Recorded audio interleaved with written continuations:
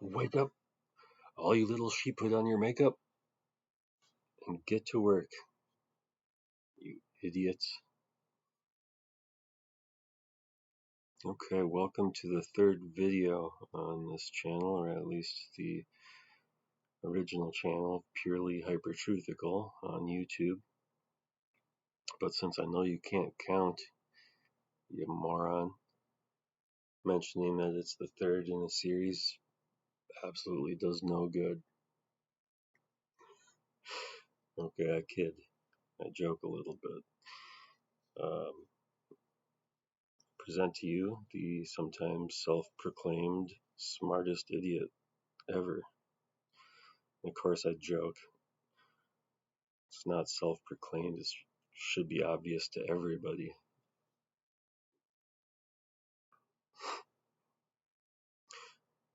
I do have a sense of humor, and I plan on that coming out as we go along here. But this platform, YT, has, for some reason, ever since I started this channel, has given me so many problems. It's insane. Bless your hearts, those of you who have made it through the first two videos, because I know how monotonous, how draining it is just watching and listening to me. I should be at the point where I'm so exhausted that I should fall asleep during this video. But alas, here I am. I'm gonna power through a much shorter video. I only want to touch on a couple things at a time for the foreseeable future, because one, that's how we've been programmed to consume information. We only want these little YouTube shorts, or at least something that's entertaining. So there are a lot of things in the previous videos that I still would love to expound upon and explain. We'll get to that at some point if you follow along. But for right now, I want to mention how, and I shamedly, I just heard about this. Mitch McConnell's sister-in-law. You know how much of a fan I am of Elon Musk and Tesla.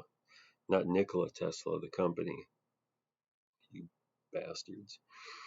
So, Mitch McConnell's sister-in-law was supposedly in a very interesting set of circumstances after she got into her Tesla car. The doors automatically locked and supposedly backed her right into a lake where she drowned. Think back to the couple of times where you may have seen Mitch McConnell mysteriously freeze during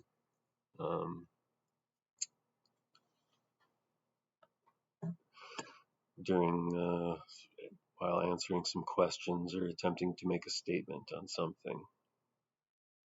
Okay, that's not coincidence. That's not a medical condition that he's suffering from. That man is in absolute fear, and in those moments, he is thinking back on every moment in his life that has led him up to this horrible situation that he has put himself in. You can only be so corrupt for so long until one of the interests that you support and are paid by has enough cause to cause you harm in some way, because you're also supporting something that does not interest them. So he's got multiple factors at play here. If you haven't seen these moments I'm talking about, please look them up. They're concerning. The look on this man's face it tells you something. He's either telling you something by that or giving you a clue, or it is just such genuine fright and horror that he's feeling that he does just actually freeze up and just can't realizes he has no way out of facing some serious consequences. And in each instance, you will find somebody real close to him that maybe not even able to see their face, to see Mitch's face, that gives them concern. It's just that he isn't talking. He's not saying what he's supposed to. And so somebody will come up and grab him or touch him or whisper in his ear or, do other suspicious activity that should catch everybody's attention and make them think about a couple of things.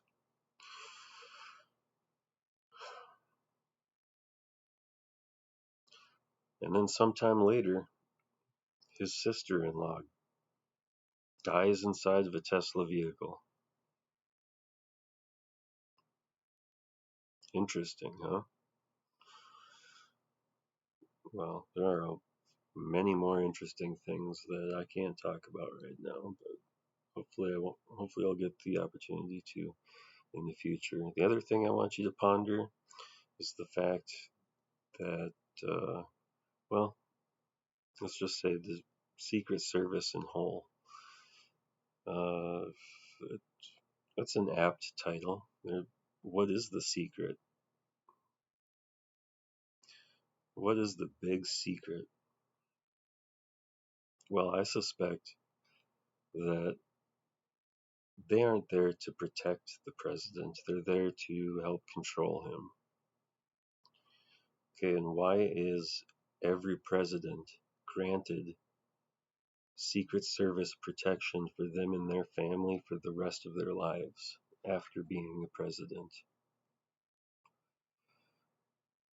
I want you to come up with your own conclusions, but I suspect it's also to maintain control over that individual who has had direct experience with some of the evil entities that are in power that they won't ever let get out. They don't want a past president to be talking to a friend and being like, oh, geez,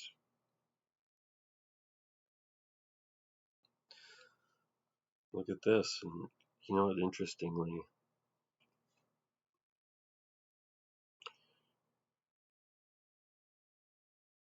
you know what, I can't talk about that. I just want you to think about those things, the Mitch McConnell deal, Secret Service, and that's it for now. And thank you for, if you have actually made it through my first two videos, thank you so much. And thank you for watching this one.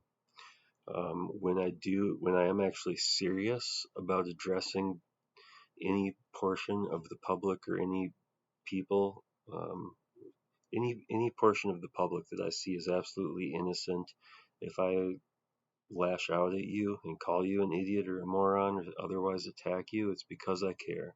It's because I want to snap you out of the unreality that's been presented to you and you're forced to live in. And I want you to come to the conclusion that you have the responsibility to truly consider what consequences arise from your actions and inactions, your decisions and indecisions, your conclusions and non-conclusions, your attention or ignorance. And if you watch this long enough, I will definitely genuinely do that at some point, but only because I care and that's how I feel I can best get through. Just like a parent can go crazy on their kids because they know it's in their kids' best interest to suffer consequences from certain actions. I'm not saying that I'm all omnipotent and I should be able to decide in what you should and shouldn't do. I'm just saying that I ultimately love you guys, everybody in this world, almost everybody, and that I hope we can all come together to fix all of the problems that need to be fixing, which reminds me of Obama saying there's nothing that's wrong in America that can't be fixed with what's right in this country. Something like that, right? And yeah, at the time that was like, ooh, this guy's gonna give us hope and he's gonna make some great changes. Well, that was language being used at its best to present a false narrative. Okay, there's a lot of things wrong in this country that, I mean, I would love for him to explain what's right in this country. Really, what's right? I would say that, there are some right things, but they aren't in a position to make change for the better to fix some. I mean, oh my God, I want to go off right now on so many things, but I just want to leave you with this. You matter, you're special, you have the power to make change, and you have the responsibility to do so.